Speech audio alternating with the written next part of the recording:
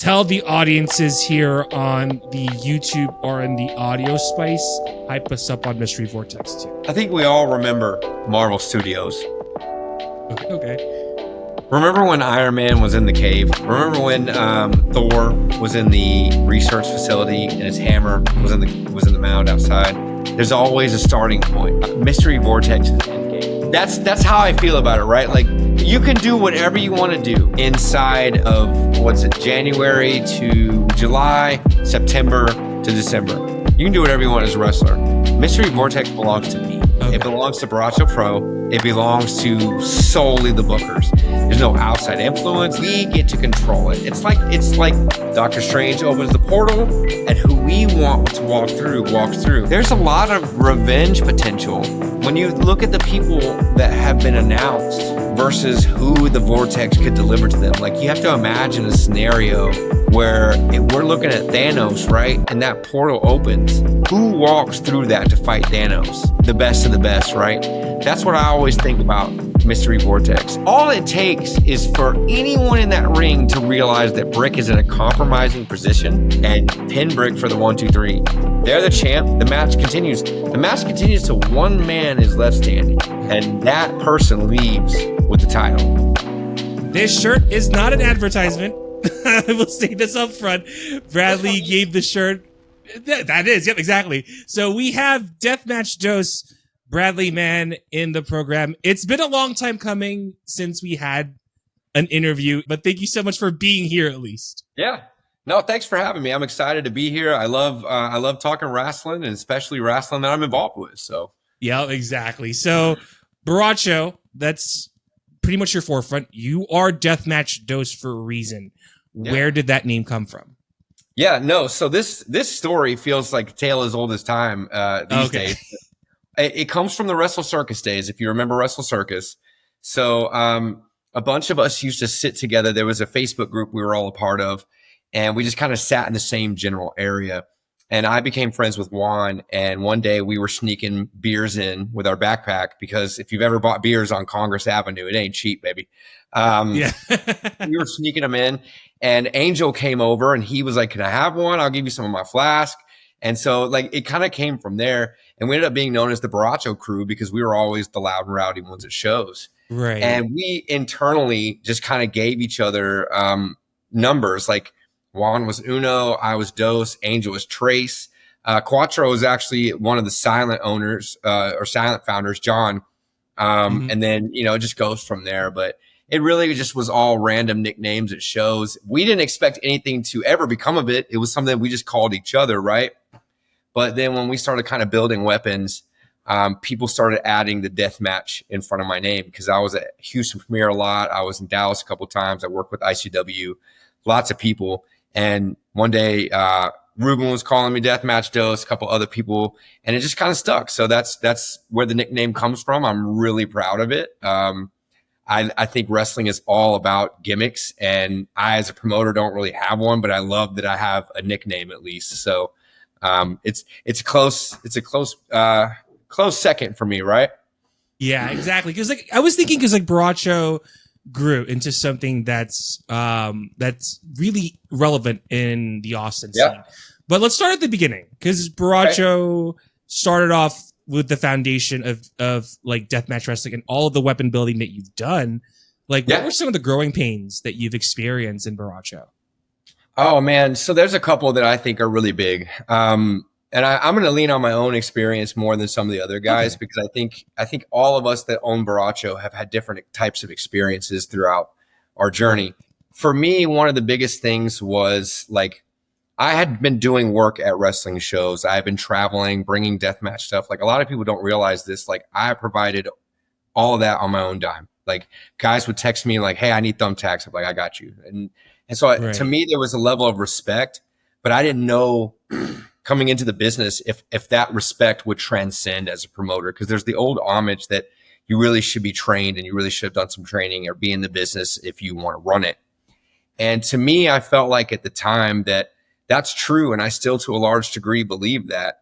Where I came in for Borracho and really was a large part of the booking process originally was the deathmatch area where I had been working. So I felt like I hoped that people would respect the work that I had done before and allow me to take this over. That was a big hurdle for me personally. I wanted to be respectful to everybody in the business, given what I was doing. I didn't want to be seen as like a money mark. Money would have been nice to have had, right? Right. I don't want to be seen as just somebody trying to start a backyard fed. I wanted to be a promotion where people wanted to get paid and got paid, right? Like I wanted to be somebody that when they come to me and they say, this is my rate, I don't turn around and give Carney counter offers or show up at the end of the show and be like, door was light, boys. So that was to me a big challenge. And I didn't think I had faced it going into the first show, and kind of going into the third show, I felt like it really swung its head. I did run across situations where I was trying to book guys, and I'll say it, I was getting big timed. I was getting a really like I'm a customer service manager by day. So I know when I'm being given the fluff in an email, right? And there was times where I got that. There were guys that left me on red and stuff like that. And it was a real challenge because that third and fourth show were actually our first shows where we had to deal with talent falling off. So I didn't really have a back roster or anything like that. And I felt like, there was still a lot of people on the scene just watching and waiting to see what Borracho was going to turn into. And I felt like that's probably deserved. The transition from first show to second show was rough. It did not really showcase our level of intelligence very well. And it actually, if anything, showcased a lack of intelligence that we had at the time. But, you got to just pick up and carry on. This business is about respect, and you earn it, right? 100%. And so I just kind of kept my nose down, kept trudging along, and the pieces kind of fell from there. The other biggest challenge, if I can be candid with you, was partnership. I don't speak too much about this, but there's a very real truth to the fact that we started this with an idea of what we were going to do, right?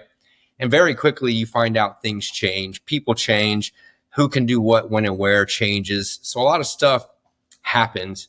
But I would say there was a point where we were about 3 shows in where Juan and I could not be in the same room. And that's something we've talked about before. That's not even really a shoot. We've both been candid about that. And it came from different places, right? Like I had the idea of what I wanted to do with what we were doing. And he had the idea of what he wanted to do with what we were doing. And that really created some challenges, because in a situation like that, I believe the best thing you can do is divide and conquer, right? Like, okay, you take this half of the card, I'll take this half of the card. But then there comes a time where it kind of starts to bleed. And then people get defensive and like, oh, now you're in my area and you're doing this and that. The other thing that comes with that is I don't think that you control your destiny in wrestling, right? I don't believe in that. Yes, you could be a 4th generation, Undertaker. You're probably going to have an easier way in, right? But at this level, you don't control your destiny. You put in all the hard work, you do everything the right way, but the universe can turn on a dime at any moment and derail everything. And that to me was a problem that some of us had. I felt like some of us viewed that, well, we've built it, they will come. And that really wasn't the case. And all of a sudden we hit a curb and we were popular. And I think that has to do with some of the booking that we've done and some of the stories that we started to tell.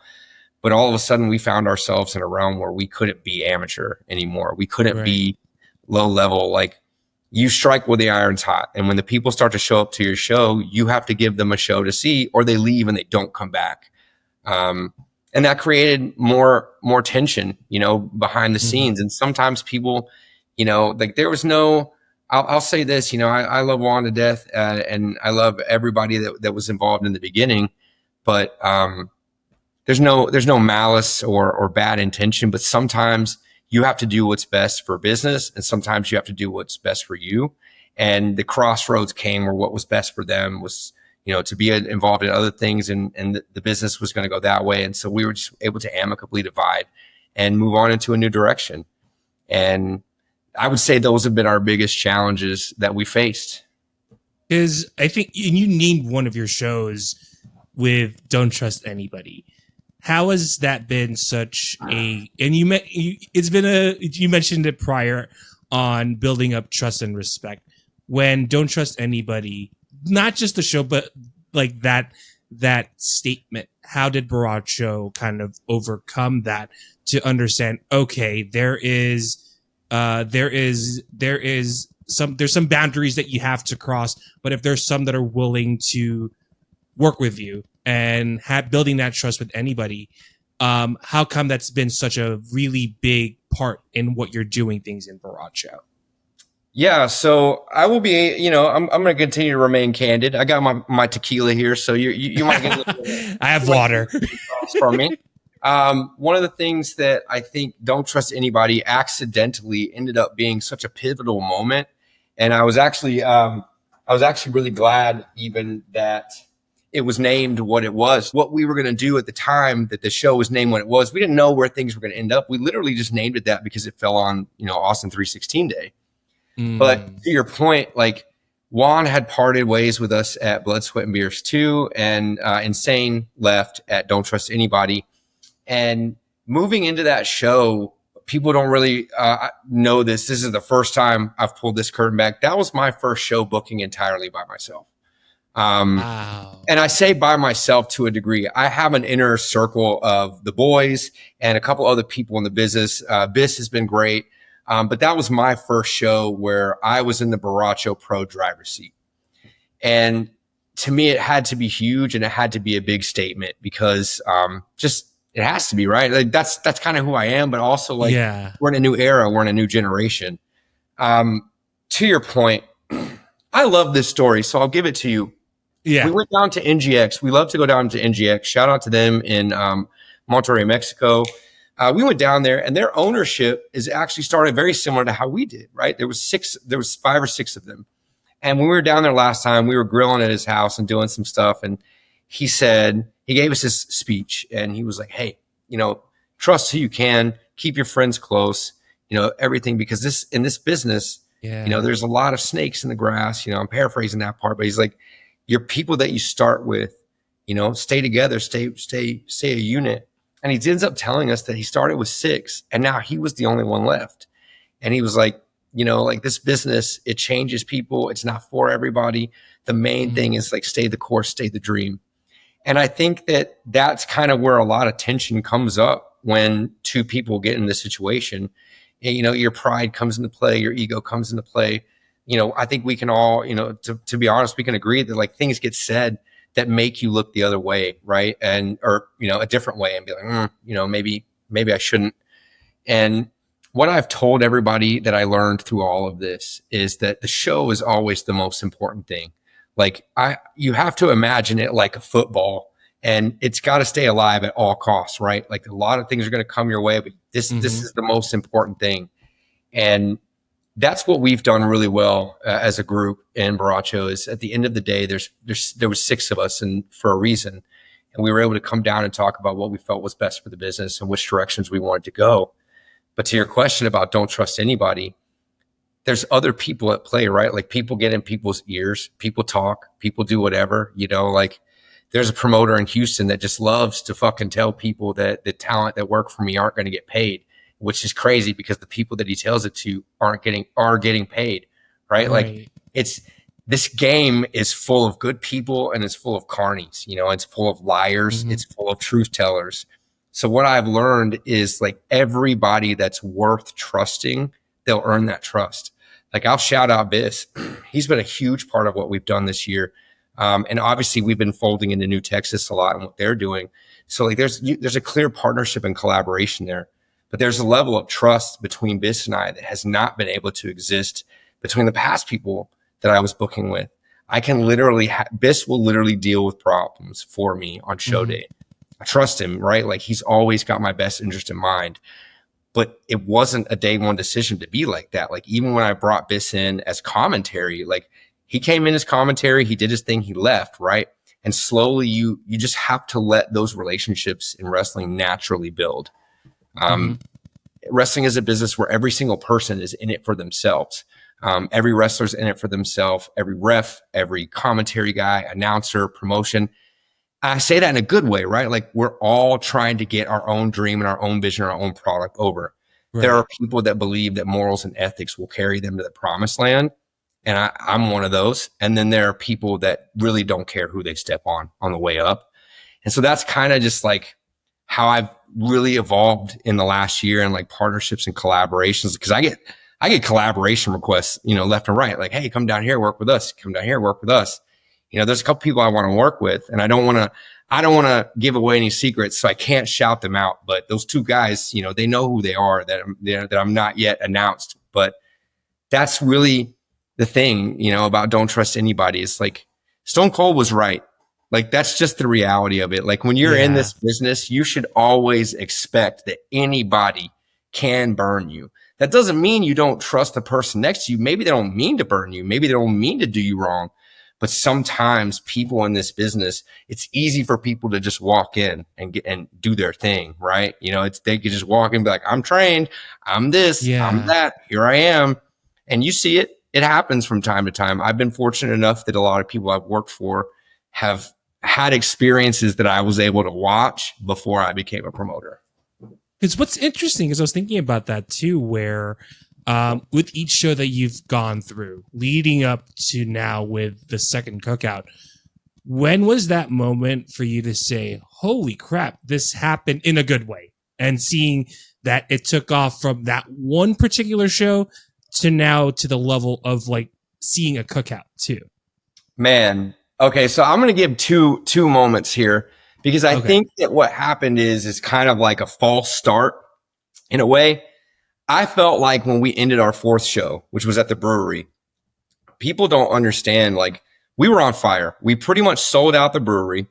That we were in contract talks with the brewery to have a Borracho ring in their brewery. We had worked it all out. I was working with a ring provider. Like, we were going to order a ring. Like, we had a deal where the AAPW students were going to be able to come down there and put on little mini shows. It was a really cool deal. And then they were phased out, and there's a lot going on in that little area. Austin's real estate is gold, and it was rezoned. There used to be a flood ordinance there, and it's been rezoned. And there's basically two businesses that are hanging on for dear life already. And when they're gone, it'll become an apartment. So that was a moment where I really felt like we're about to pop, right? But then we had to go and pivot to APW. And I want to shout out APW and Pops real big, because they saved Borracho. Like, they let us run there on a day that it rained. And when we didn't have anything after, they let us run 2 more shows. Ray saved our lives. I mean, honestly, like, it couldn't have come. We couldn't have been more desperate at that time. But that's why I say false start, is because now I felt like we were really leaning on APW's crowd, which is a big reason why you don't run in other people's buildings, in my opinion. But we got to kick off again. We made it to Come and Take It Live, and then we found pinballs. And I really think pinballs was where we got our official turning moment. Like, by the time we ran Fallout, which was our first show at pinballs, the damage between the partnership had been done. So we were already moving in a more focused direction as a team where we wanted to be. There was no more split bookings. Like, we were going to try to do this.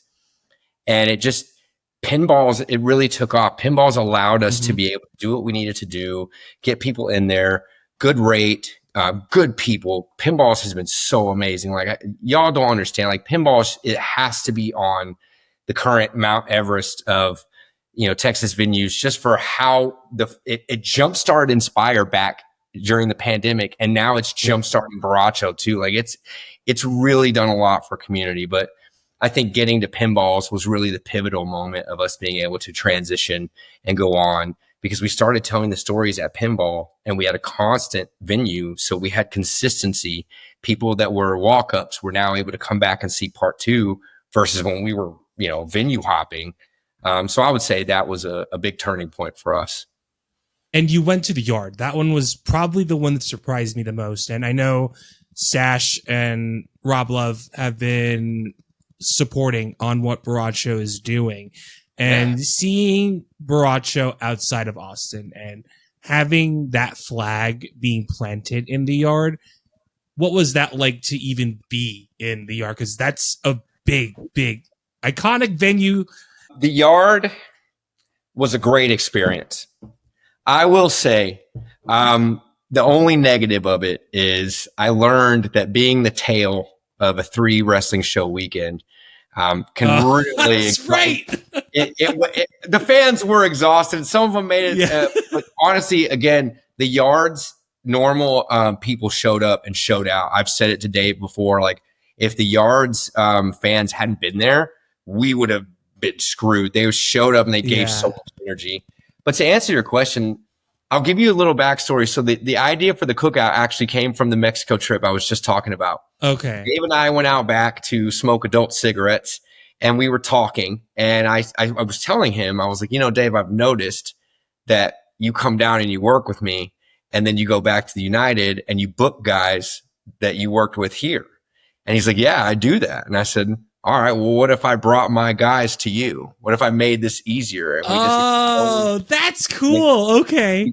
Exposed our market or our guys to your market. And, Dave loved it. It was a great idea. We worked everything out right then and there.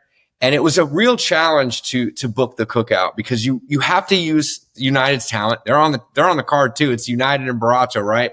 Yeah. So you're immediately slashed in half. Maybe a third because we book a lot of the same guys. But even if Dave books him, he's not on my card, Dave's going to book him, right? So you're going to get slashed in half of what you can do. And I just wanted to make sure that we brought out people. I actually was just watching the other day the Ricky Ramirez versus Epidemius match that we had at the It's great. So good. So good. It's dropping on YouTube here soon. That's been on part of the Lost Archives. You boys kind of learned how to edit over here. So. But that match was Epi needed a singles match. And I believed that Ricky, and I do believe that Ricky has a great singles aspect to him as well. And I wanted to showcase to San Antonio that it was important to me that he have a singles run there or a singles match there, because I'm like, you're always tagging, let them see you at your height. Like, he does single stuff over there too, but I'm like, let the boy shine in his hometown, right? And it turned out to be such a good match. Such a good match. I was glued to my seat with that match in particular because Epi was showing how he does things as a luchador. And Ricky Ramirez, which has that mix of traditional wrestling and lucha, like, it was a perfect balance too, especially how the outcome was kind of what that jumped me off my seat. And I'm like, okay, didn't expect it. But you get to see both guys really shine in that match in particular. That the season was ending. Let's end that with one of the matches with a bang. Well, keep in mind, that's not our season ender. Yeah. Our Blood, Sweat, and Beers is our WrestleMania. That is our season finale. We pushed it to February because everybody closes their season. Okay, got it. And we weren't supposed to have a November show. So that was another thing that we kind of fought about for a while. Was I felt like our fans wanted more. I felt like we could not sustain in this market running honestly, at one point they were talking about running once every 90 days. And I was like, guys, you have to restoke the fire every single time. I wanted to run more frequently. And we had, what ended up happening was like, I don't remember exactly what it was, but sorry. I don't remember exactly what it was, but there was a reason we could not run a show in November at Pinballs. And so I was like, Dave and I already talked. We have this situation. I don't want to go from October 26th or 27th, whatever it was, to February. So the yard we ran, we're like, fuck it, let's run there. We'll roll with it. Yeah, exactly. We'll do the thing. And again, it's honestly wrestling. You can do so much in wrestling when you work together and collaborate. And it's just amazing. Honestly, what you can do when you play the right cards and you have wellness in your heart for everybody involved, We're going to talk Grapple Quest 2. That one and 2. I forgot there's 2. But Grapple Quest 2 is also the Lost Tapes. So I was thinking that too, because I think when the first Grapple Quest came out, Bloodsport was like a few months after Grapple Quest, which was just kind of surprising. I guess wrestling, it's just when the timing is in its own like little circle, it would show up somewhere after that. You something like a Grapple Quest that was done, and it's no ropes, it's just ring post, and it's basic. It's basically like Kumite. It's like a Kumite, but in a wrestling ring. But you're gonna love this story. Yeah, I was gonna say, how did that came to be? So it's funny because I've now had to reference something I previously said twice, maybe 3 times. So we talked earlier about trust, right? Yeah. The birth of the partnership between Borracho Pro and BIS is Grapple Quest. That is where, I talked about how BIS came in and he was originally just a commentator. And he and I had kind of been talking after one of the shows. And I was like, let's work together behind the scenes. Teach me what you know. Like, BIS is such a great teacher. Anybody that knows BIS knows he's a great teacher. And he messaged me one day and he was like, what if we did this idea, but under, the Borracho Pro banner? And I said, fuck it. I'm down. I'm always, if y'all know anything about the way I book, I'm always down to try something new and see if I can get it over. Right. But we put that together and BIS just really had a great idea, great way how to do it. Again, Pinballs stepped up and was like, sure, run it here. That was the transition to Borracho being there because that was our first official Borracho show there, even though BIS had arranged the deal. And it's just such a great concept already. And BIS always has a little bit of what I think is like a purist mindset when it comes to wrestling. Like he's very yeah, they have blood sport and yeah, they have, whatever else, but let's run Grapple Quest like this. Let's have them do the rules out front. And I'm just like, dude, he's got a well-crafted, well-molded idea. Who am I to argue with this? Let's go forth and do it. And man, it was such an amazing show, right? Not to gas fucking this guy up, but Brick Savage destroyed Michael Arrow. You have amazing main event. You have Chris Lyons in there. You have Jesse James in there. You have a lot of guys you don't normally see. Grapple Quest is a really special concept, and I'm really happy that we have it. And it's something that BIS and I do together. And honestly, I don't even want to gas that up too much. It's a lot BIS, right? I'm just, and that's kind of one of those things. I feel like I'm the little brother. I'm just happy to be here, even if my controller's not plugged in. But to a degree, there was a lot in the second show that BIS and I talked about, and there was a lot more of my involvement in that one. We talked about different things like putting the women's main. That was a great choice. That was so cool. So cool, right? And I believe in that. I love doing things like that. We've had women main event Borracho, I believe twice, or at least once. And I've, I try to co-main the women's championships when I can. I try not to put them too low on the card. I know at the cookout, they ended up on the tailgate, and that's, I don't like that, but sometimes things have to change the day of and things get shifted around and, shout out to you girls for fucking killing it. And, I'll throw one back at you one day, but that's another reason I don't, and anybody that knows this about me will tell you, I say this every time. I hate the word pre-show and I hate the word tailgate because it gets people in their feelings. And in my opinion, it's justified feelings because I would be pissed too if I ended up on a tailgate. So that's why I'm guilty of, I'll say this, I'm guilty of tricking my partners back in the day into doing a kickoff or a pre-show. And then I just change the wording. I just put it at 3. That's kind of where our term at Borracho Pro, we use the term kickoff a lot because our matches, a kickoff match starts at 3. We have a kickoff match at Vortex, but that's not happening at 2:45. I also just, as a fan, I used to show up at bell time. I don't want to miss anything before, I also don't love selling tickets that you can only get into this match if you buy this one. Fuck that. That's a paywall. It's so bullshit. We need pre-sales. Pre-sales are the bloodline of every promotion, but I always think of it from a different perspective. Now I'm locking 2 guys behind a very specific wall, to your point, a paywall. Secondly, if I know most people wouldn't be there at 2:40 anyway, why would I put them on? So that was a big reason why at the cookout too, we did not do a pre-show. We call it the tailgate, but the reason we call it the tailgate is because we have events there. We have music going. We have multiple matches. I made sure to let everyone know, hey, it's a long show. The kickoff is not something you want to miss. But I get it. Like I get it. That this is me shooting on all the promoters right here. But all my partners that I work with know exactly how I feel. I've told them that's their faces. They also know I want to book a 27-man scramble like tomorrow. Like, we can get this done, guys. Call me. Okay, I got to call you out on that with that 15-man scramble. Sorry, we'll talk about you. What do you got to say about that? Imagine taking photos of 15 people at the same time, and you're trying to figure out where to shoot. They weren't all in there at the same time. I want to tell this story. This is such a great story because it's funny and it's pure. So the scramble, the 15-man scramble, I'm going to tell y'all, it came from, so I had a bad habit of talking to people about stuff backstage or at a random show or whatever. And I ended up with a couple extra guys on a show because I told them, yeah, come down, this, that. I also had a couple shows. I don't believe in working guys for free on the ring. Like, sometimes people show up once and they don't show up again. It's like, all right, cool.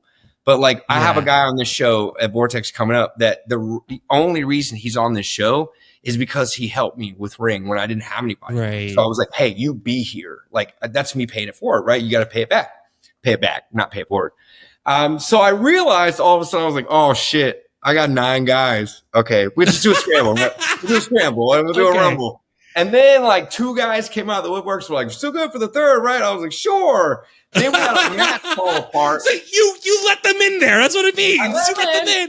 Well, my thing is, I don't like to cancel bookings. I know that. Okay. That's where the Myster Vortex was born. I don't like to cancel bookings. It's not my thing.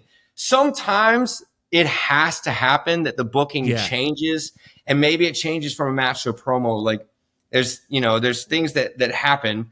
But I ended up with like 13, and we had a match that fell apart. So I was like, fuck it. It's already 13, right? Well, make it 15. I'm going to tell you were running from the photo side. You were like, 18.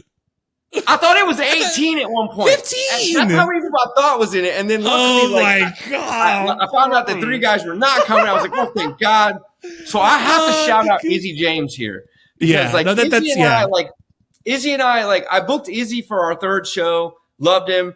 I've really been wanting to bring him back. And I talked to him and I was like, hey, here's the thing. I got this scramble. I really want you to be in it. I plan on using you for for a majority of it. And he was like, cool. Yeah, let's do it. Izzy shows up that day and has no idea that I have a script and B, named him the ring general. Now, the first one's not so bad. But the second one, I was like, hey, Izzy, can I talk to you? And he was like, yeah. And I was like, here's the deal. I kind of want you to go in first. And I'd like you to kind of stay all the way in, to the end, and be the ring general of this thing. And my man, Izzy, like, I feel like I saw the blood leave his face for a second and then come back and be like, yeah, I got you, right? So, like, I'll pull curtain back real far. Like, he went over this match with me several times. And at one point, it fell apart while we were working on it. Like a tag team, we had to make a pivot. And I was like, all right, so let's work together. And Izzy was fucking, dude, I can't say enough about how like he just took it, right? And so show's about to start and I'm backstage and I look at him and he's nervous. And I said, hey, how you feeling? He was like, I would love to go over everything one more time and blah, blah, blah. And I was like, if you want me to buy you more time, I will. And he was like, I would love that. And I was like, cool. And so we put it right pre-intermission, and I think it was perfect. Like, it's such a goofy match. There's so much weird stuff in it, so much good stuff in it. But it ended up being so good, and I genuinely think that it's 100% due to Izzy James. Like, all the talent involved killed it. Like, I don't want to say the match itself everybody didn't do their own part, but like how that held together, Izzy James was the fucking glue, man. And it's a great story. Because what's interesting, because Buzzsaw was coming back from his time in injury. It's nice to see Buzzsaw take the spot of being over. Was that something that you wanted to like really put him over during the show? This one's complicated because I can't reveal the future, and I feel like I don't want to reveal too much of what Buzzsaw's. No, these Vegas you can't. It doesn't have to be like super nitpicky, but the highlights of why Buzzsaw was over for that match. Just make it as big as possible. Buzzsaw is an amazing individual. He's very special to a lot of us. So back when I was, I was a heavy metal fan, and so I was in San Antonio a lot, and so I saw Buzzsaw coming up, and I followed, a little bit of the stories, as he was in New Texas and in the United, and then there was the whole, incident with, him having to step away for a while, and I realize that a lot of guys don't want to utilize Borracho Pro for big moments.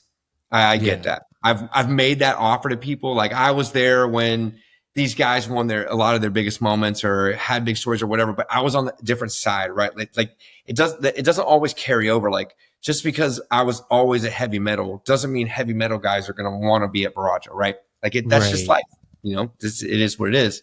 But I always throw it out, and when Buzzsaw wanted to come back and he came back so close to Borracho Pro, like, to me, I just felt like we have a fan base that is really dedicated to Texas wrestling, Texas independent wrestling. Like, that's one thing that I would say. Like, I don't know that I would want to compete with WWE, right? But I think if I had to, like, if I had to, I think I could draw on a small enough show against that, because a lot of the Borracho Pro fan base is so Texas indie wrestling. Like, they go to this show, that show, that show, that show, that show. Now, if TNA is a different story, because like TNA, in my opinion, is so close to indies, like whatever. But I think that if I needed to just draw 50 people against like WWE or AEW, I feel like we could, because I have that much faith in our fan base that loves Texas wrestling. I felt like it was the right moment and the right time, to let Buzzsaw show up and show out. And I actually wrote Buzzsaw, just so y'all know, maybe I'm going too far into the script here, but I actually wrote Buzzsaw to have a little bit more savage of a finish than he did.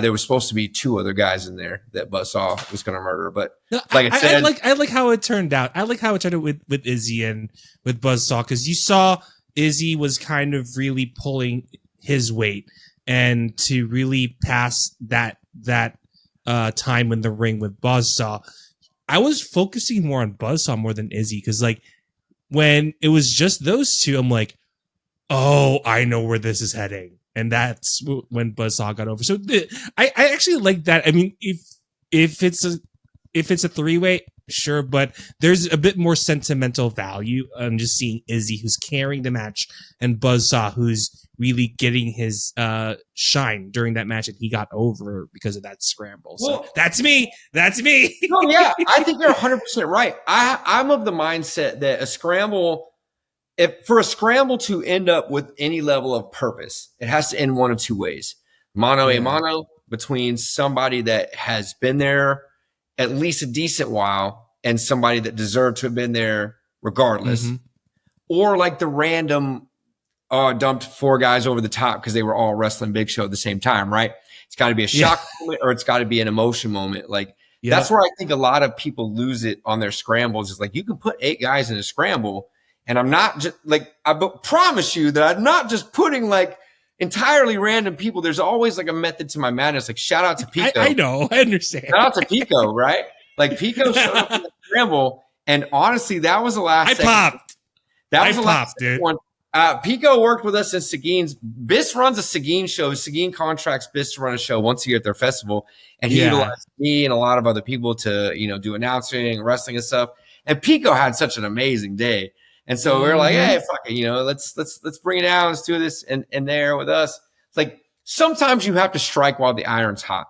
Like, the reality of it is that was probably a 14-man scramble waiting to happen, but Pico showing up and showing out the day before, I'm like, you got to strike while the iron's hot, man. Pico mode all day long. Those who know Pico mode. Because, like, I mean, again, it sounds like I'm disparaging, but that's, I mean, I can't. It's a bit, but also like seeing how many of the guys performed within that scramble. That was probably one of the more better highlights. But at the time, I was like, okay, all right, let's see how far this rabbit hole will go. I had to write a script because there could only be so many people in the ring at once. That's another thing that I left out. When Jack found out but I was running at the time, like I said, 18-man scramble. He said, I'm going to do my best Jack impression. He always calls and he goes, well, hey, what you doing? I'm like, not much, Jack. What are you doing? He's like, well, I got a question for you.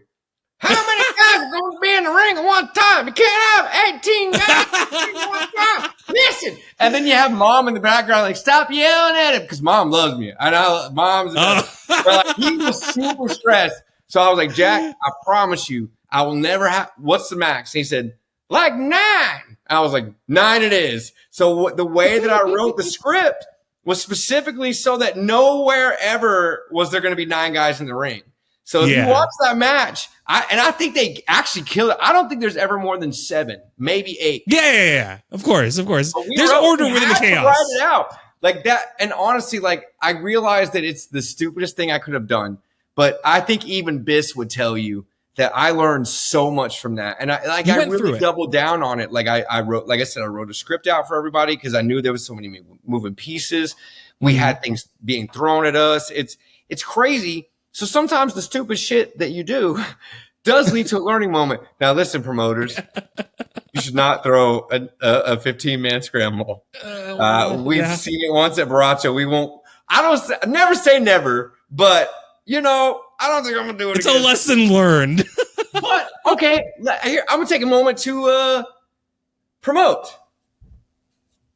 I've done something very, very similar for Vortex. Oh God! But it's under the tag team division.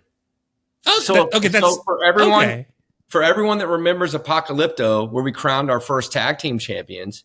That's right. We did the tag team gauntlet. So we did something similar with a student scramble at last show. So I was like, okay, I want to keep it contained. So for Mystery Vortex, the tag teams are being determined in a tag team gauntlet. And there's only 2 teams that are going to be announced. Oh, my God. And I'm not even telling anyone who it was already. Yep. Nope, we'll leave it at that. We'll just say that. So, because what's interesting, because it took a while to establish the champions, too. And we'll talk about the champions. We'll start with Viva La Raza. When you crowned them as tag team with King Cortez and with Ziggy, was that an easy transfer to say, all right, you're the tag champs over at Borracho? Nothing's ever easy. When you crown a first champion, it's never easy. Was it easy to identify 2 or 3 tag teams in that match that could carry that flag? Absolutely. Mm-hmm. I'm a firm believer in tag team wrestling. My favorite wrestler of all time is Eddie Guerrero. And my second favorite is Jeff Hardy. I was a huge proponent of Jeff Hardy all the way through him growing up. I wasn't ballsy enough to dress up as Eddie Guerrero because he had a physique and a hair that I didn't have. But Jeff Hardy, so I was Jeff Hardy for Halloween 3 years in a row. I was Eddie Guerrero once, so that's okay. Fair enough.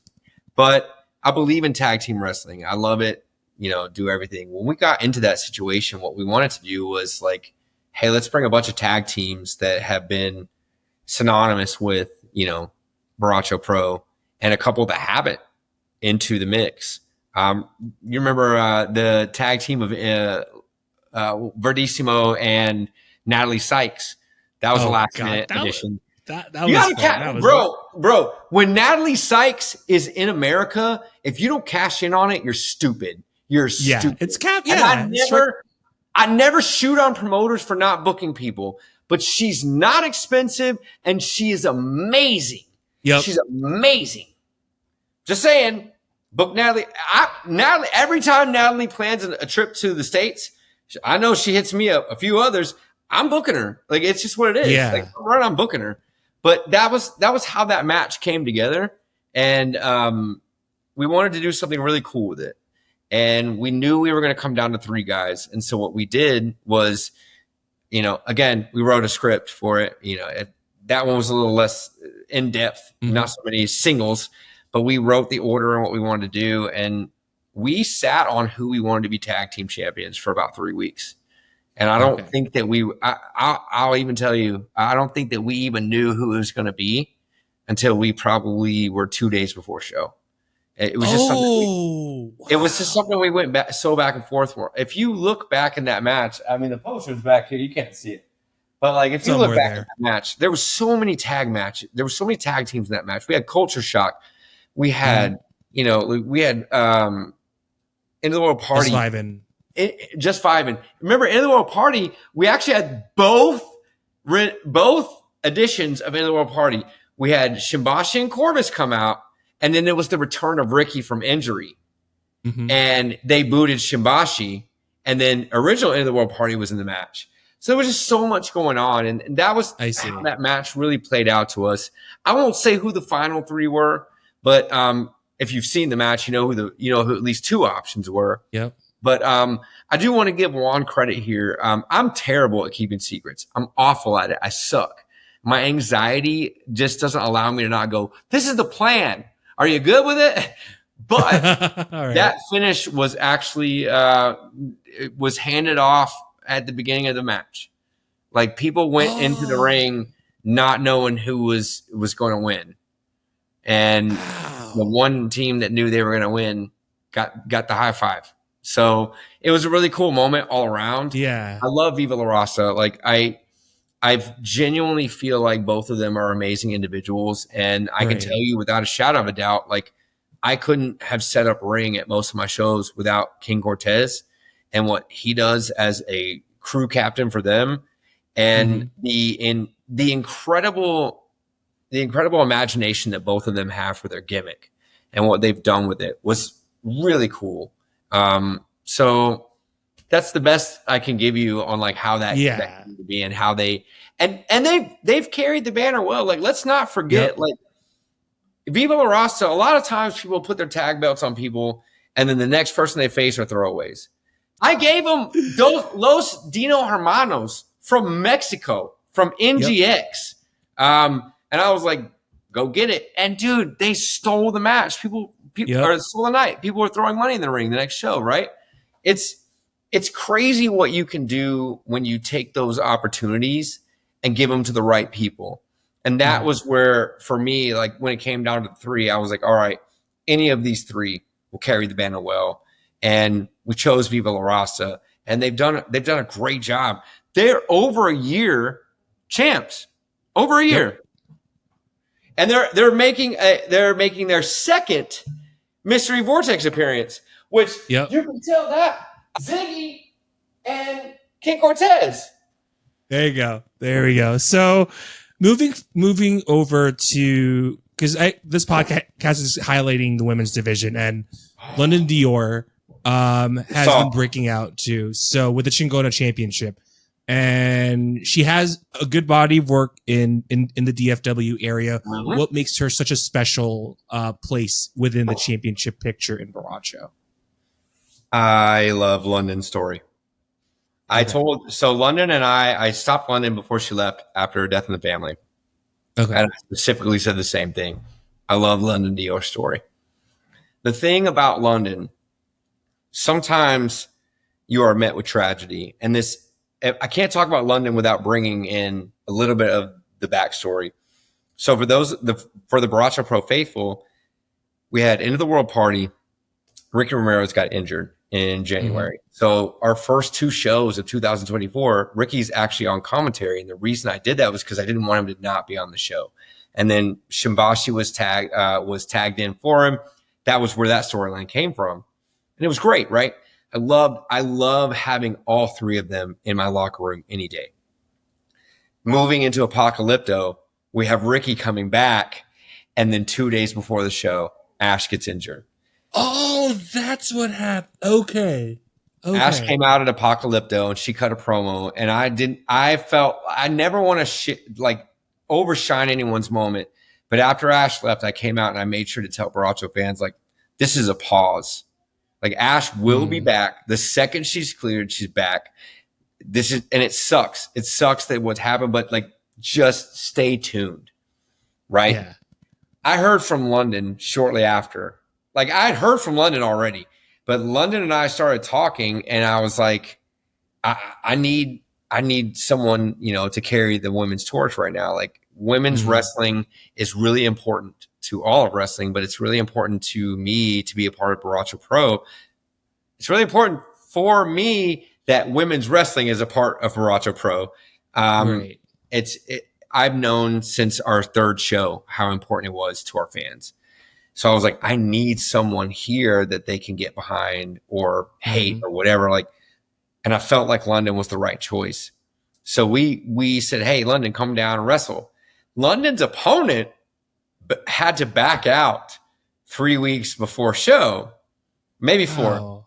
And so we had an opportunity to do something. And I hit London up and I was like, would you be interested in being our first ever intergender match? Okay. And she was down. Got it. So her and Danny O'Ryan wrestled, and it was an amazing match at Fallout. So that's the first. London is the first intergender match on our show. Then when we went to Cookout, I was like, hey, you got to come up, wrestle Tina Nix, or not Tina Nix, Calientita. And London came up, wrestled. So now London is our first intergender match, and she's our first woman to represent Borracho outside of Austin. Mm-hmm. We continue the story. We have to do a lot of different things. Ash comes back. London gets the ticket at Don't Trust Anybody to wrestle at Revenge of the Sick, takes the championship. Then London defends her title, first title defense, in a no-ring match against Devin Carter, and it was amazing. Like, I love London's story because like match. She stepped into Borracho, and so many of her matches are historical. Like we'll talk about that when we're 20 years old. We'll still be our first women's champion was London. Our first intergender match, London. You know what I mean? She really owned it. I hate it for Ash that Ash was injured because Ash has done a million things for us as well. Ash was our first woman in Borracho. She's the first lady of Borracho. That's her official nickname at Borracho. And now you have London, and they're just, they're both kind of doing their own thing.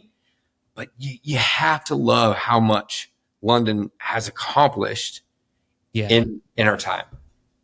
Yeah, and she's done AEW too. So like she got to see the big stage, but to have Borracho as the Chingona championship, that must that's a feather in the cap. That's a feather in the cap. I love to say this because it grabs people's attention, but London is temporary. Okay. Yeah. We're booking London while we can. Okay. That's fair enough. Fair enough. Same thing about Epi. I feel, honestly, I wish someone would sign Britt so I didn't have to deal with that bullshit anymore. But I feel like we have 4 or 5 talent on our roster that are just so temporary because at any moment, the right guy is going to see that match. Poof, they're gone. Yeah, and exactly. I feel that way about London. I feel like London's future is very bright in this business. I feel like London will go very far. It has nothing to do with anything that I've done. I want to give everybody the flowers that they deserve, right? And I feel like London really stepped up and did a lot of stuff. So I'm like, I'm going to gas you up, right? But someone's going to take London.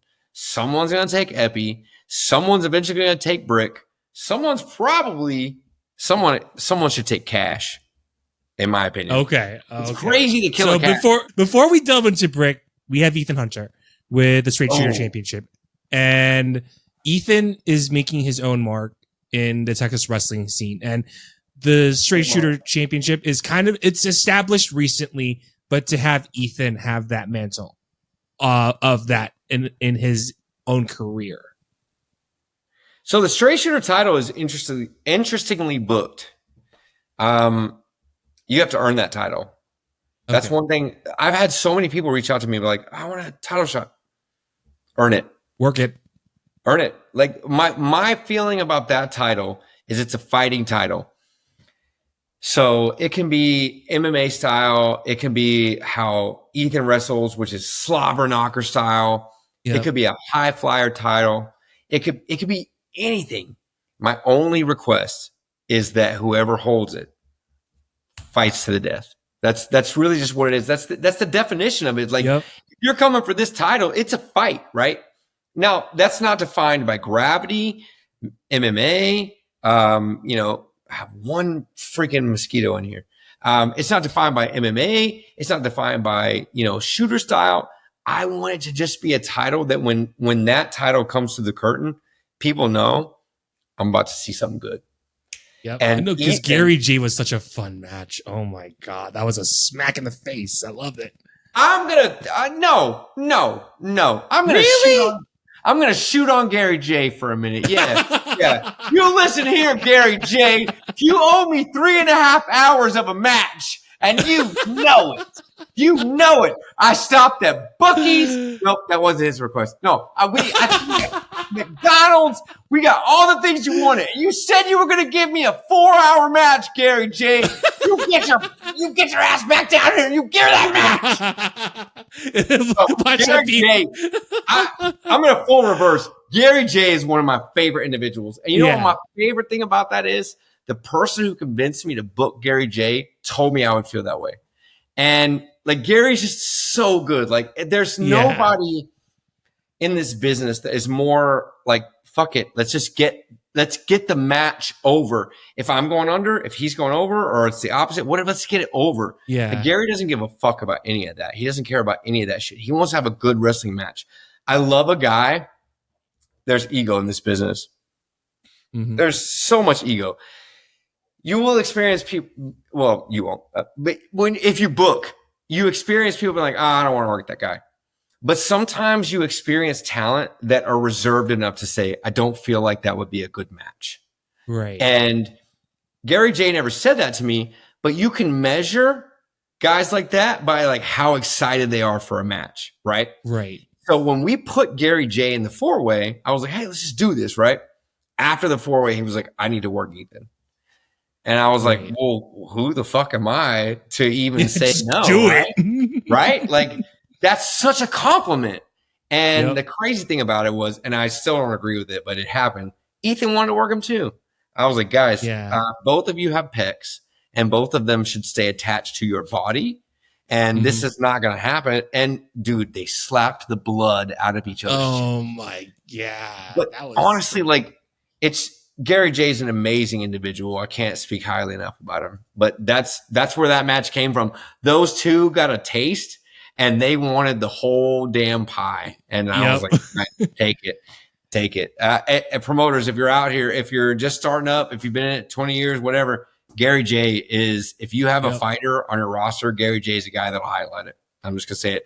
But he won't give you a 4-hour match. Will you, Gary J? Will you?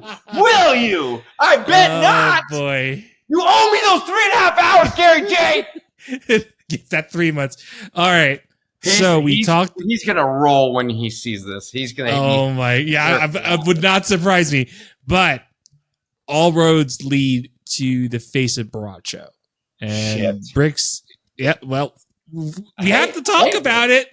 We'll go light on this because let's go. Are you sure? All right, let's do. All right, so winning the championship at Apocalypto, and Brick had to really go hard on those matches. Episir was there, Danny Orion was there, Stash was there. Yep, Stash was there, and I will say this, and this may be a two-way question, but shoot it. Your initial thought of putting Brick over as the face of Borracho, what were your initial impressions of putting him over? In a good way. Let's do that. Then we'll go. No, I want to give the truth. Brick and I were really close friends for a long time. It goes back to Inspire days. Like I was at. Brick didn't debut at Inspire, but Brick had a debut at Inspire, and I was there for it. Okay. And I was there for a lot of other matches. And when we started booking Brick, Brick is really intelligent. Like, as you can tell, like if you think you're 3 steps ahead, Brick is 6 steps ahead. Mm-hmm. So like booking Brick in the beginning was really fun, right? Like, because you can learn stuff from them. Like there, I won't pull the curtain too far back. Okay. Sometimes you try take as you need.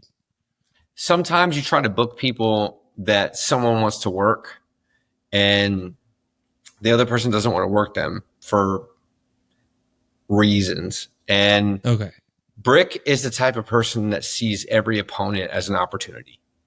And like when you really break down, and I hate that I have to even be nice right now, but when you really break down that psychology, it's like your everyday corporate job, right? Like you have your team that you work on. Some people want to do the bare ass minimum, and some people want to do whatever will get them over. And some people are just going to sit there and work all day long and have ideas, try to make it better, have ideas for the future or whatever. Brick is somebody that has ideas for the future. When you see Brick attack somebody, it's because they want something out of that. When you see Brick break a person in half, it's because they don't want them to come back and deal with, like, everything that Brick does is extremely calculated. Okay. And I think that's where the complexity came in, because when you can calculate so much, you can calculate the good and the bad, right? Like most of us are just like, what do I do to get me to tomorrow? What do I do to get me to the next show? Brick will do anything to get themselves over on this day. And that's where I think things have gone south for us, right? Because Brick's like, oh, well, I have the title. What do I need from Borracho now? Reaction, drama, whatever. But that's really where the relationship with Brick began, was because, like, we only want to work with intelligent individuals that want to further not only themselves, but the product or whatever. And Brick's on the top of that list. Now, you have to ask yourself, how big a brain does someone have to have before they realize that they can do both good and evil? And I wasn't smart enough to realize that at that time. So I'm dealing with the problems that I have. But it wasn't a hard decision to book Brick originally. And I think that's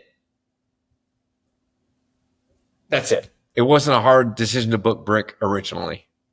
Because what I'm noticing too is a lot of the guys since Brick got over, we saw the Princeleys, we saw Hit. That influence that Brick has being the champion, that must have been a little bit frustrating, because now that you see that, crap, okay, why is Princely joining Brick? Why is Hit suddenly in this picture with Brick? Like, is there any way that I'm like, okay, let me just, do you want to write it out, or do you need to step in if you need to? I can't step in. I tried. Okay. I genuinely tried. I mean, and that's like to a large degree that it's, what do you do with a Brick Savage, right? You can't call it the FBI or the police or any of that stuff. Like, this is wrestling, right? Like, this is, you started this fight, finish it, right? My thing that I think you have to do is what I've done, like with Myster Vortex, with Death in the Family, with what I tried to do at Fallout. I have to create as many opportunities on the card for Brick to lose their title as I possibly can, because there haven't been a lot of people that have stepped up and proved they can go toe to toe with Brick. Like, if you look back in the history of Borracho, name one person that wrestled Brick twice. I know who they are, and they fell both times. It was Epi Sr. You know what I mean? Like, Epi Sr. was the only person to face Brick twice, and the only reason that they faced twice was it fell in a tournament, right? Like, the second time around, they met in a tournament. Do we even know that Epi would have said yes? He would have. Epi Sr. loves fucking chingazos. He loves it all day. Yeah. But the reality of it is, Brick won both times. So now the only thing I can do is, like I said on my post the other day, it's chess, not checkers at this point. Everyone takes stabs at me or Borracho or whatever we're dealing with, but we're whittling away at Brick. If you really watch, I'm whittling away at Brick. And I know that they don't want to see it that way, but Lee lost. They replaced him with JJ, but now they have a brand new member. I was going to ask that. Good. They have a brand new member who I already put a title shot in front of. JJ can win a title, right? JJ's first alignment with the Exiled in Borracho presents him with the opportunity to either be loyal to Brick or pin Brick and take Brick's title. You know what I mean? That's what we have to do. And that's what I'm going to continue to do. So, like, that's the reality of Vortex. The main event, it's going to be a 4-on-4. It's the Exile. They're all, fuck it. Stud Stash isn't announced. The Stud Stash will be there. Whoa. Brick, JJ Blake, Hit, and Stud Stash will face a mystery team of 4 random opponents that the Vortex picks. And anyone in that match that pins Brick and eliminates Brick leaves champion. Anyone. Whoa. Okay. That's the only thing you can do. I feel like I learned this from Breaking Bad, right? Like sometimes the only thing you can do to make the plug back off is throw the plug the same money that the other guy's throwing at him. You know what I mean? Like that's the reality. So JJ's now in Borracho, which is great for you, JJ. I'm so happy you're here. Thank you. That's exactly what I brought you here for. But JJ now has to battle with the possibility or with the influences of, do I stand by Brick at my first show or do I win the world title? I could just hit this guy hit him from behind, win the world title. It doesn't make sense that any of them are siding with Brick at this point. In my honest opinion.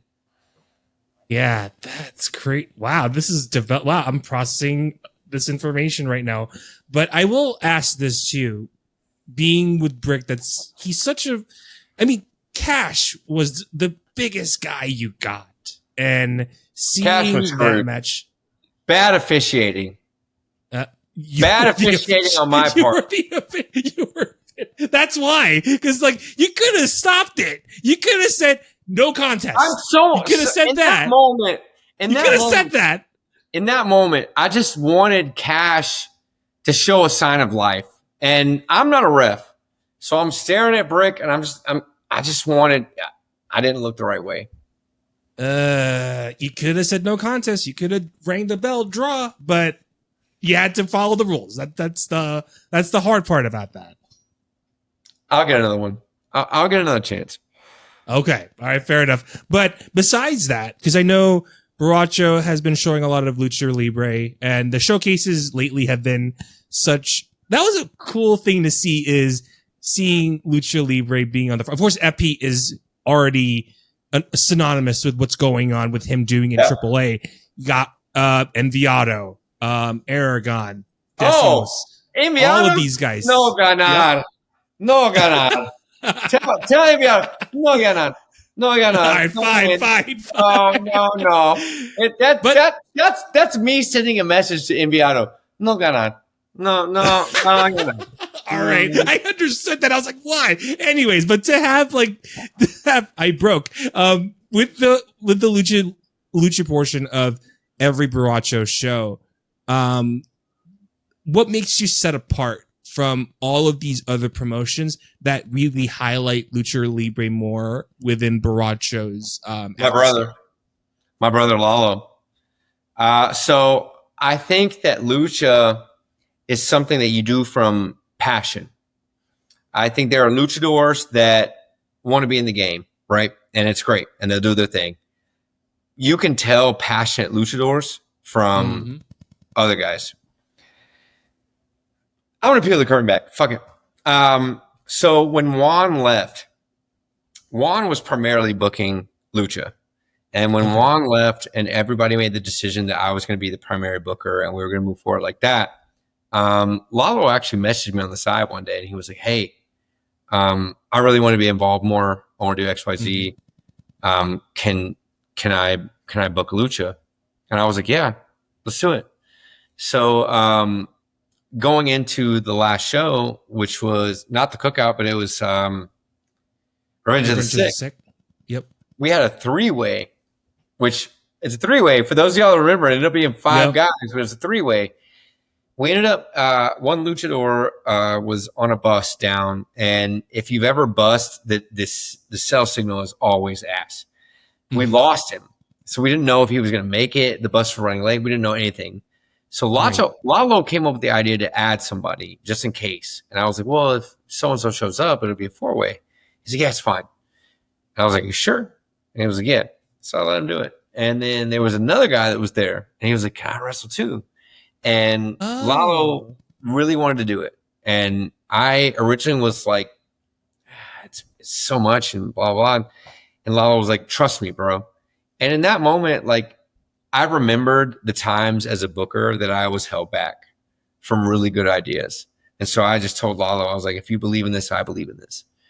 And they stole the show. They went out, they killed it, right? So at the cookout, I told Lalo, I was like, you need a match. I'm going to book 2 matches. You get third. And again, Lalo and his luchadors killed it. So when we moved in the showcase, we had 2 choices, right? Like, we couldn't book Brick for reasons. I'm not going to put Brick on a show that they're like the showcase that's going to embarrass me. So I'm like, all right, fair enough. We have this direction we can go this direction. And all of us, when I put the options down, everyone was like, well, what about Lucha? And I was like, actually, that's my vote as well. I'm putting it out there. Yeah. And so we were like, hey, Lalo, go steal the showcase. And like, I can't call him out enough because Lalo is so like, he steps up. He was coachable. He wanted to know how to do things. He's been really good about like asking about my experiences. What should he know? What shouldn't he know? What can you do? What can't you do? And he's had like tough conversations. Dude, I don't even want to say we. It's not we. It's Lalo. Lalo is building a huge Lalo division. A huge Lucha division. Lalo is building a Lucha division. But it's like honestly, all of us continue to sing Lalo's praises about this. And that's where it all comes from. So like if you have a single question about where Lucha came from, it's Lalo. Yeah, because like it's kind of fascinating. I will say the story on my side. So Revenge of the Sick happened, and I was at Martinez over in Arlington. One of the matches. So I was at Martinez. I showed you the picture. I will show that on the episode too. One guy does the silly dance that Dylan had, and I was like, who the is? It's Dylan. Immediately, the Lucha Showcase showed up. That prepared me for the whole show. So like, it's because like I think and this episode's out already with Dan Miller. Lucha is very, very open in Texas. It's just where you found it, not knowing it was Borracho that made me remember, Dylan was there. Epi was there. And I'm like, that blew my mind. So like, it's just a matter of where you find it. But it's just that wasn't Tylene's, that wasn't Tylene's first appearance at Borracho, right? And was that? So man, I can't remember if it was a 3rd or 4th show, but we had a scramble and Tylene was there and we were like, fuck it, go in. And the Panda ref was the ref. And Tylene had a spot at Circle Brewery where they had a Nerf gun and they took everyone hostage. He was the 5th guy. He was like, can I wrestle? And we were like, yeah, fuck it. Like go out there. Dude, I love Tylene. Payasito Tylene. Dude, he's so over. He's so over in Mexico. Like, if you follow Payasito Tylene on Instagram, all of his posts are like over 100 likes. Like he, my God, him down there. He's awesome because like that's how amazing Lucha is. Once you find it, you can't go back. I take no credit. All Lalo. That's Lalo, brother. That's my brother. All right. So, before we delve into Mystery Vortex, let's talk about Death in the Family because Saturday happened, and thanks for. Dimitri, you and Biss invited me to be in Death in the Family. And let's talk October on the very first show. And with the tournament as well. Like, how much have you learned in Borracho that you can carry that with Death in the Family? Wow. That's a loaded question. A lot, right? So I think, we're shooting, right? We'll shoot. Yeah. It's a mix. That's we're here. I think what we learned on Death in the Family is that one bad apple absolutely can spoil the bunch. Death in the Family started originally as several people, and one of them really didn't get along with a lot of us. And some of the ideas that they brought to the table were not great. And some of the execution of the way that they did things were not great. The problem is, here's what I'll tell you. If you're watching this, your word should carry as far as your effort, right? Yep. So if you're going to go out there and give 100%, then your word should carry that. But if you're only going to go out there and give 20%, that's how much it should carry. So Death in the Family was a really special show for us as a promotion. From the backstage area, we had, fuck it, I'll say it. We had someone that didn't belong. Well, it just didn't belong. I came up in the deathmatch world. I love the deathmatch world. I stay connected to the deathmatch world. I watch all the death matches. I love it. You don't operate in a certain way in that world. Like when guys go out and give you their body, they expect a level of respect in return from it. Yep. So like when we left Death in the Family 1, we really wanted to evolve from what we have done. Like the show itself was great. Like every person that was on the show, everyone that went out there, great, all the good shit. But as we moved forward and we did not move forward with that other person, we wanted to evolve. We wanted to grow. So we established there was 4 or 5 of us. What's everyone's key area? What's everyone's this? And again, we operate as a unit and it's great. We have our social media person who is amazing. We have our booking team who is also really good. We have our weapons team, which I got to shout out. We don't have weapons teams don't get enough credit in the world. And I want to shout out Nick Jones from Houston, Stevie Ross, and some of those boys that come down, work weapons. Like, respect your weapons makers. Those guys are bringing that stuff on their own dime. They're building it on their own time. And it's just like, that's what Death in the Family has behind it. So again, we were like, okay, chapter 1 was chapter 1. As we move into chapter 2, how can we do it better? And that's really what we're trying to do right now. Like show 1 was so big. The return of Ruben, right? Like Ruben Steele. Man, I haven't seen him in years. Brother. It blows my mind that we talk as much about Masada and we don't talk that much about Ruben. They interchange. They really interchange the death scene too. So well, yes, really? I think so. They interchange, but I'm going to say what I got to say. I think that the person you are absolutely has everything and every possibility to affect how people see you. Ruben was a good guy. Ruben stood on good morals, did everything like that. Masada has more like contrary beliefs and everything like that. So it can be challenging to book a guy who has such like hot topic beliefs or hot topic actions. Yeah. Masada's an amazing wrestler. Amazing. But it's like it's like everyone wants to say woke culture or whatever, but like the reality of it is like we are in an environment where all of us want to see all of us succeed. Right. So if you have more hot topic opinions, you can XYZ end up on wherever, whatever. Ruben just had a love of the game. That's all it was. Right. And Ruben's rise was marred by injury. Ruben was on ICW No Holds Barred. A shout out to Danny D'Amato. He was on Brett Lauderdale's radar. He was on every IWA radar. Like he was on everyone's radar. And then injury hits him. And it's just crazy. Like I don't mean to shoot on anyone. That like nothing I've said is a shoot. I'm literally speaking on how complicated it can be to say I'm a wrestler with strong-armed opinions. And it like as a promoter in Austin, I don't agree with someone's opinions. That may not necessarily matter, but if my fans are offended or if my locker room or anybody else is offended, like I don't want you here. So like that, like for them, for me, for everyone, for the safety of anyone, like if you have inclusive views, whatever, cool. Everyone so that's really where I feel like that was going. Ruben was supposed to not take the torch from Masada. Ruben already had the torch. Like Ruben was our Texas deathmatch god. And it sucks because that flame was snuffed out. But that was probably a lot. That was probably a lot. The deathmatch community is so full of like, it's so divided right now.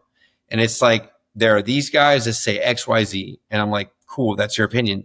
There are these guys that say nothing. When you make a stance, you make it hard for people to want to see you in public settings that don't have your stance. Ruben didn't do that.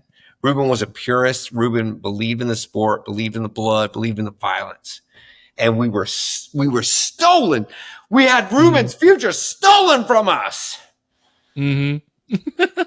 That's great.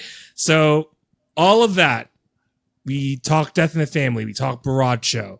We're finally here at Myster Vortex, and the history. You can see where the order is coming now that we're releasing this. By the time this is out, Myster Vortex has been such a very cool event that you guys have done, and with the first one, having learned everything that you've done as a promoter and as a booker, tell us what the first Myster Vortex is. Ricky Meats says it best. The first Myster Vortex was built out of necessity.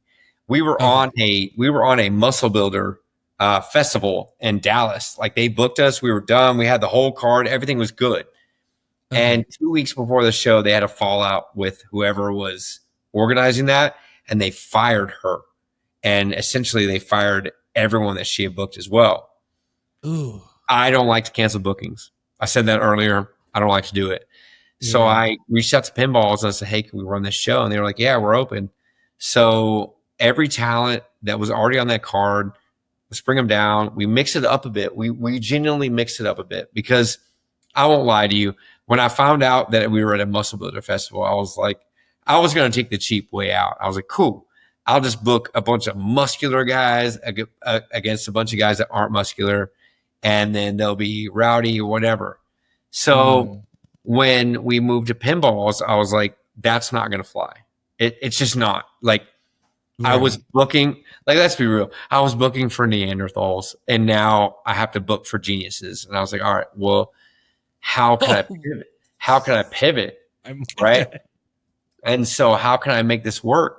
So what I sold it as, and this idea is not mine, and I get heat for this, and I have no clue why, because I've never said anything, and Borracho's never said anything about it. But I get heat all the time for Myster Vortex being something I'm stealing from PWG, even though I have given PWG the glory multiple times, and I've multiple times said it's not our idea. But it came from PWG. I'm an old school PWG fan, and they do Myster Vortex. I also want to shout out the numero uno. They do the society, the dark society or whatever. He has mystery wrestling, and he just does random things. It's mostly comedy wrestling. Oh, Evil Uno. Yes. And oh my gosh, they have a guy on that show, and he may not ever see this, and maybe he will, but I want to book him because he's so funny. Like, it's so good. But I was like, I bet I could just take this and do it, right? Like, I bet I could just tell them it's all a mystery. And the budget for that show, let's just put it this way. The budget for that show was X, and we made Y. And so I immediately was like, I think this is something that fans want to see here. So I specifically at that time said, hey, this isn't our idea, but it's a very successful idea. So we're going to carry it on.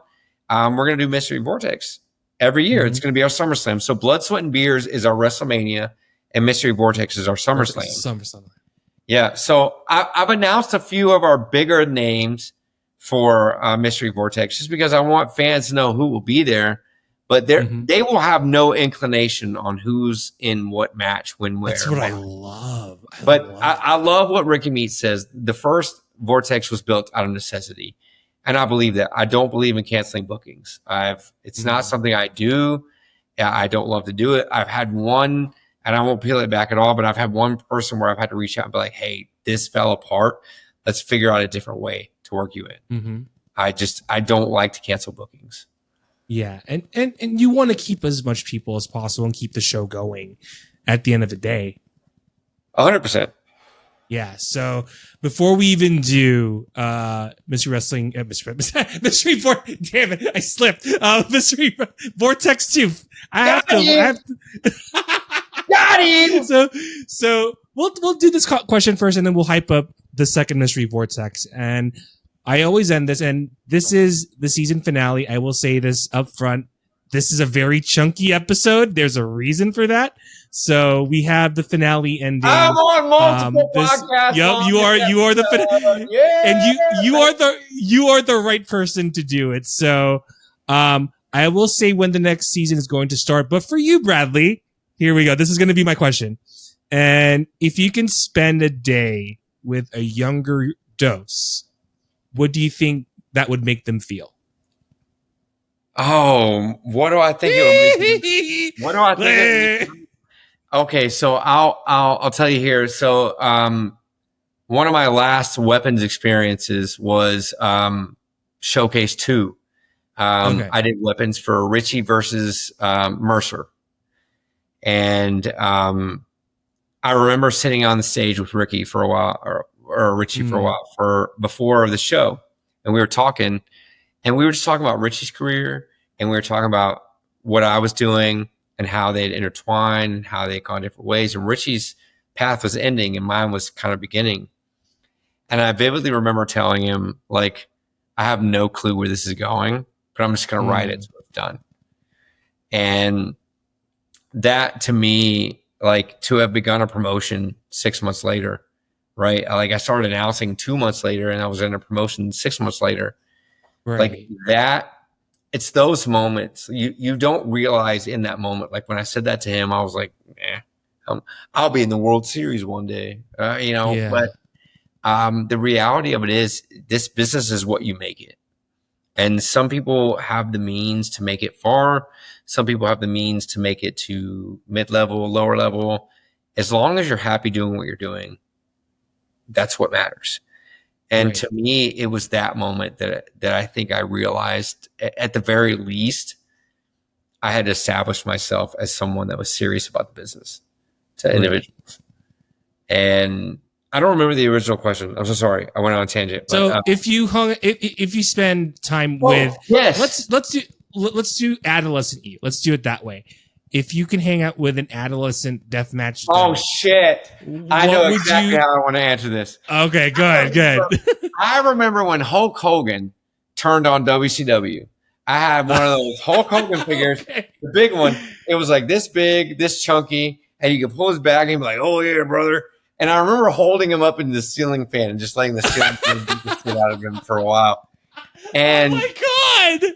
I wish that would be the moment that I think I would, as an adult, walk in. Obviously, scare the shit out of my, 9-year-old self. Yeah. But I would walk in and be like, "Hey, you're gonna do this one day," and they'd be like, "Oh, really? Okay. Yeah, you're gonna book shit like this one day. I mean, it's gonna be a 15-minute scramble," and they would immediately, like 9-year-old be like, "I have ADHD. I can't. If you told me 9 peanuts, I can't tell you which one you said that's the one." But I think that would be the moment that I would walk in and tell myself, like, this is going to be you one day. That I think the NWO situation changed a lot in the industry. It sucks that Hulk Hogan is a racist, but it definitely, like, to see that crew pioneer what they did, and it just, the passionate creator for a lot of people, like that generation, that 95 to 2002. There's so many people that were just fans in that realm that are now running shit or running at like Papa Don level. You know what I mean? Like level that time in wrestling really inspired so many people. And to be able to walk in and tell myself, like, "Hey, Eric Bischoff, that'll be you one day." Yeah, there we go. So, all right, here we go. Season finale. You are the final hype reel for this season. Mystery Vortex 2 is happening on August 3rd. Is that correct? August 3rd. August 3rd. Cool. We are 11 days away. Yep. So we are close to, we're recording this. It's less than 2 weeks away. So you have the floor. Hype us up. Tell the audiences here on the YouTube or in the audio space. Hype us up on Mystery Vortex 2. I think we all remember Marvel Studios. Okay. Okay. Remember when Iron Man was in the cave? right? Remember when Thor was in the research facility and his hammer was in the mound outside? There's always a starting point. Mystery Vortex is endgame. Oh, Like that's how I feel about it, right? Like you can do whatever you want to do inside of January to July, September to December. You can do whatever you want as a wrestler. Mystery Vortex belongs to me. Okay. It belongs to Borracho Pro. It belongs to solely the bookers. There's no outside influence. There's no anything. We get to control it. It's like Doctor Strange opens the portal and who we want to walk through walks through. Now keep in mind, we have a selection of X amount of the earth that has been blipped by Brick Savage, Ethan Hunter, Viva La Rasta, Lou and Mo, Killer Cash. We have a couple people on the roster that have been blipped by Chase Owens. There's a lot of revenge potential when you look at the people that have been announced versus who the Vortex could deliver to them. Like you have to imagine a scenario where we're looking at Thanos, right? And that portal opens. Who walks through that to fight Thanos? The best of the best, right? That's what I always think about Mystery Vortex. Every single match is going to be somebody that walks out and thinks, this is my show. I'm going to do my shit. I'm going to leave with a W. All it's going to be all. But none of you control what we throw at you. Like everyone's going to know who is in the main event on Brick's team. It's Brick, JJ, Stash, Hit. But the other team, 4 mysteries. Those are our choices. We get to send out who we want. And the crazy thing about it is we don't have 4 chances to take the title away from Brick. We have 7. Because Hit could be a champ. JJ could be a champ. Stash could be a champ. All it takes is for anyone in that ring to realize that Brick is in a compromising position and pin Brick for the 1, 2, 3. And the match ends, or the match doesn't end. Brick's title reign ends. They're the champ. The match continues. The match continues till one man is left standing. And that person leaves with the title. Well, I should be fair. If for some unbeknownst reason, the team that we're sending in is eliminated and there's 2 people left on Brick's team, they can choose to fight or leave. But until all 4 members of the opposing team are eliminated, Brick's title remains on the line.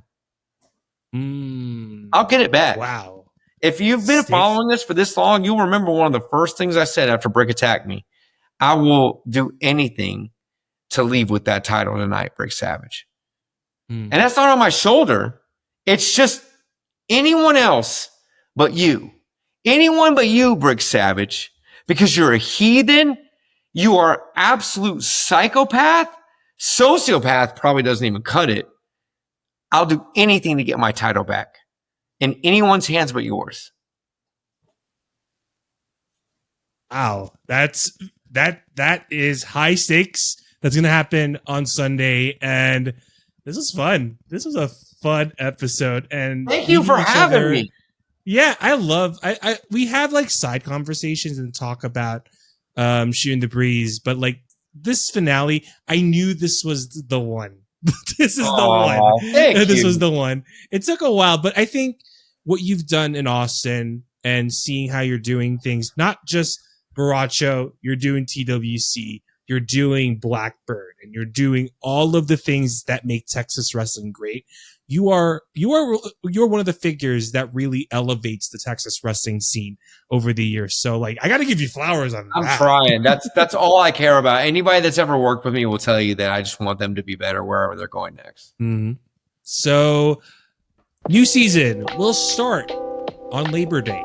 So we have August off, but Labor Day, I'm going to start recording right around the week before. So for those who are watching and listening or tuning in, whether it's on YouTube, Spotify, iHeartRadio, or on Apple Podcast, thank you so much for tuning in, and I will see you in a month.